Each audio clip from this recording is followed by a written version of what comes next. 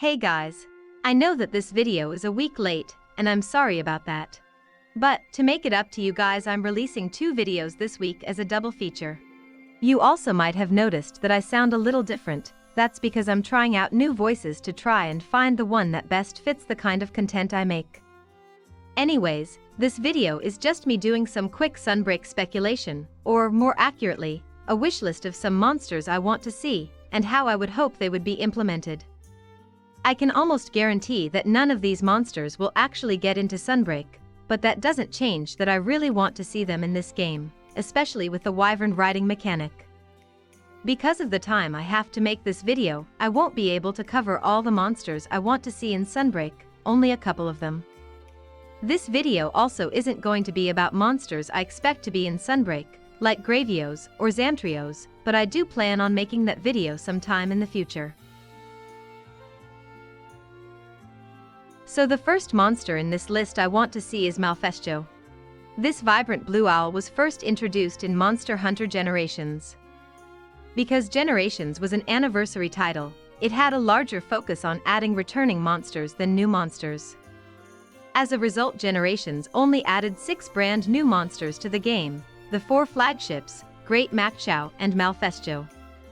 Even though Malfestio kinda fell under the radar for a lot of hunters, it's still an absolutely amazing monster. Malfestio is a bird wyvern with a unique body type compared to other bird wyverns like Yian Garuga or Gypseros. Just like real-life owls, Malfestio has the ability to turn its head 180 degrees and look completely behind it, and then quickly turn around to face you, meaning that it is very difficult to stand behind it and attack its back the entire hunt. As for blights, Malfestio has a brand new blight called Confusion, making it the first monster to introduce a unique blight that wasn't an elder dragon or flagship monster.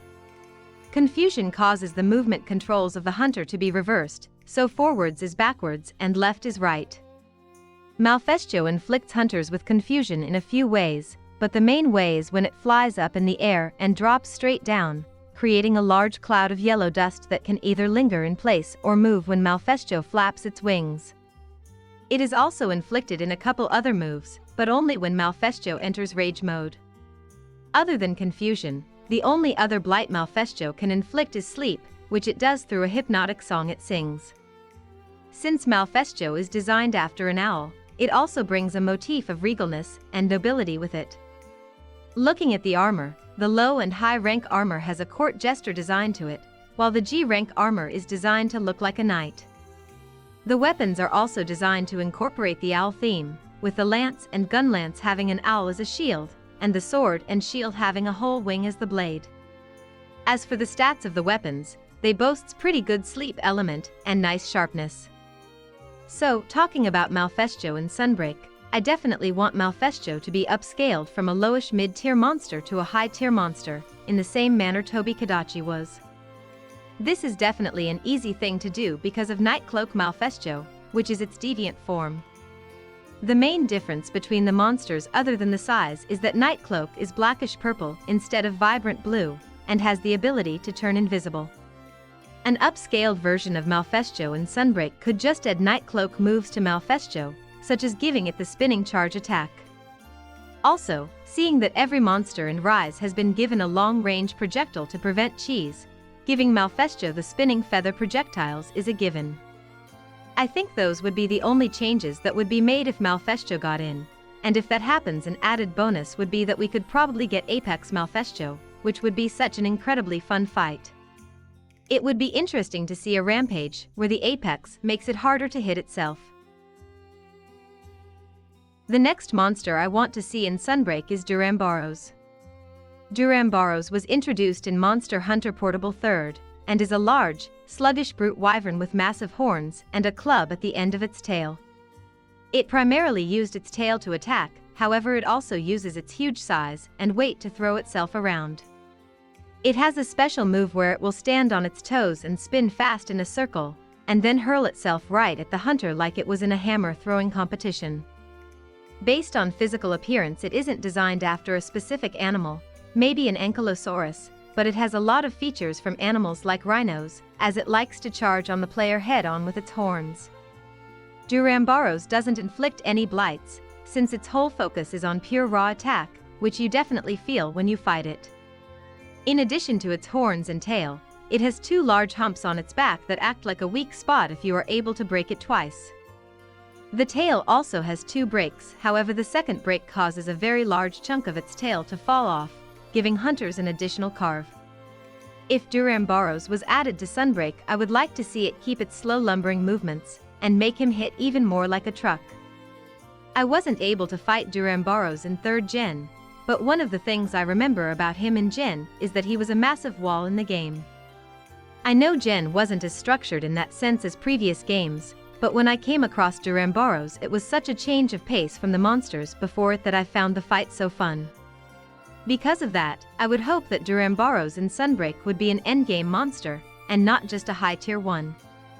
Realistically, the only way I see that happening is if Duramboros comes in one of the title updates Sunbreak gets, but I don't want to speculate about Sunbreak title updates when the game is still more than half a year from release. Since all the monsters in Sunbreak are getting a long-range projectile, Duramboros would probably get a rock throw similar to Chameleos, where Duramboros slams his tail down and rocks fly towards the player. So, the last monster that I am going to talk about today is very different from the 2 I already mentioned. From my experience, this monster kinda gets dubbed as the forgettable monster, which is really unfortunate because of how cool this monster is. But anyways, the last monster I'm going to talk about today is Great Gyros. This monster is a fanged wyvern introduced in Monster Hunter World, and before World, the only fanged wyverns in the series were Xenogre, and its variations, like Stygian and Thunderlord.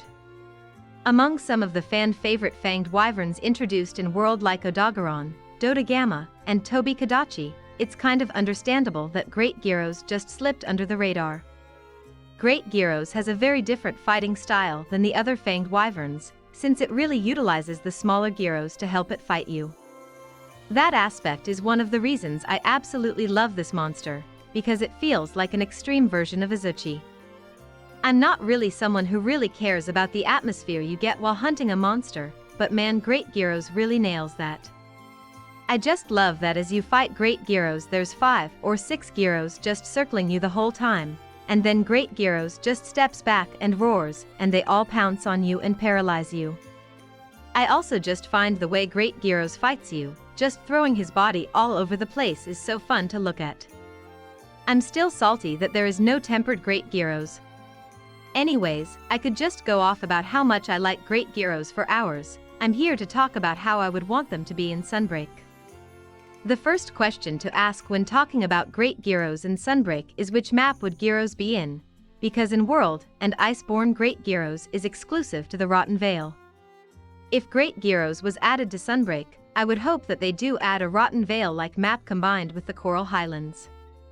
Because of how maps like Lava Caverns and Sandy Plains are designed, it is definitely possible to see a map where a Coral Highlands layer sits on top of a Rotten Vale.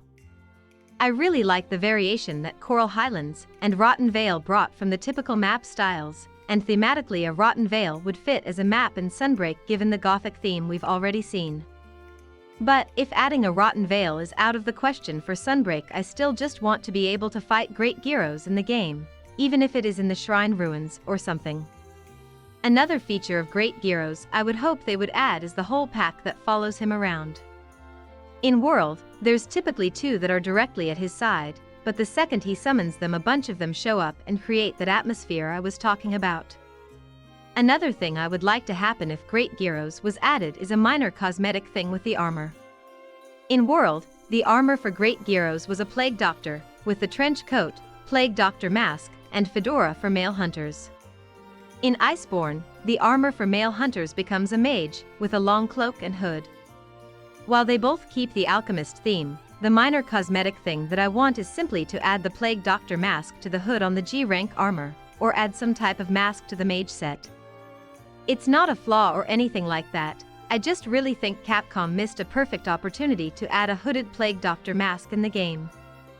The only other cosmetic thing I would ask for is that all the Gyros weapons have the iron weapons as a base, and not the bone weapons, but if they do keep the bone design as a base, then add a red tint to the bone so it matches the scavenger theme that Great Gyros has. The last thing I would want for Great Gyros in Rise is for it to get a difficulty boost. In World it was a starter monster, so it isn't terribly difficult, so if Great Gyros was in Sunbreak I would really hope it becomes a mid-tier monster at least, since I find it kind of unrealistic for it to be a high-tier or endgame monster. But ultimately, as long as Great Gyros is in Sunbreak I will be very happy. For now, that's all the Sunbreak monster speculation I have. Looking at what we know so far about Sunbreak really makes me excited about the monsters we could see in this game, especially the new monsters.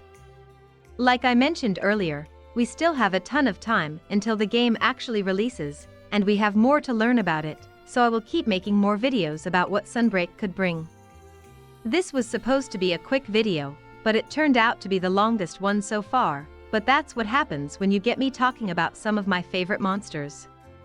The second video I'm releasing this week will be some more speculation about how the Gunlands can be improved in Sunbreak, and I have a lot of crazy ideas for that for you all to look forward to. Anyways, thanks for watching. If you enjoyed this or agree that these monsters should be in Sunbreak, please consider supporting my channel. Also, if you have any ideas about what you would like me to speculate or talk about, let me know in the comments. See you soon.